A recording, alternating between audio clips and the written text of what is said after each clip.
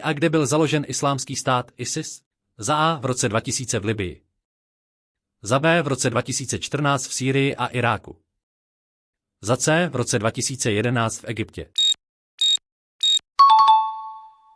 Jaký je hlavní cíl islámského státu? Za A získat kontrolu nad celým světem. Za B obnovení Osmanské říše. Za C vytvoření chalífátu a vlády založené na šarii. Kdo byl vůdcem ISIS při vyhlášení chalífátu v roce 2014? Za A Usáma bin Ládin. Za B Abu Bakr al-Baghdádí. Za C Ayman al-Zawahiri. Jaký hlavní humanitární problém způsobila činnost ISIS? Za A uprchlickou krizi a nucenou migraci milionů lidí. Za B globální pandemii. Za C hladomor v Africe.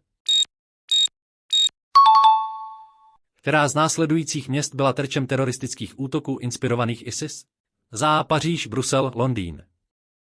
Za B Sydney, Tokio, Káhira. Za C Rio de Janeiro, Madrid, Peking. Jakým způsobem ISIS financoval své operace? Za A pomocí mezinárodních darů. Za B kontrolou nad ropnými poli a nelegálním obchodem. Za C výstavbou továren a legální výrobou. Jaký dlouhodobý problém se objevuje kvůli aktivitám ISIS na západě? Za A nedostatek pracovní síly. Za B radikalizace mladých lidí přes sociální média. Za C politická krize v USA.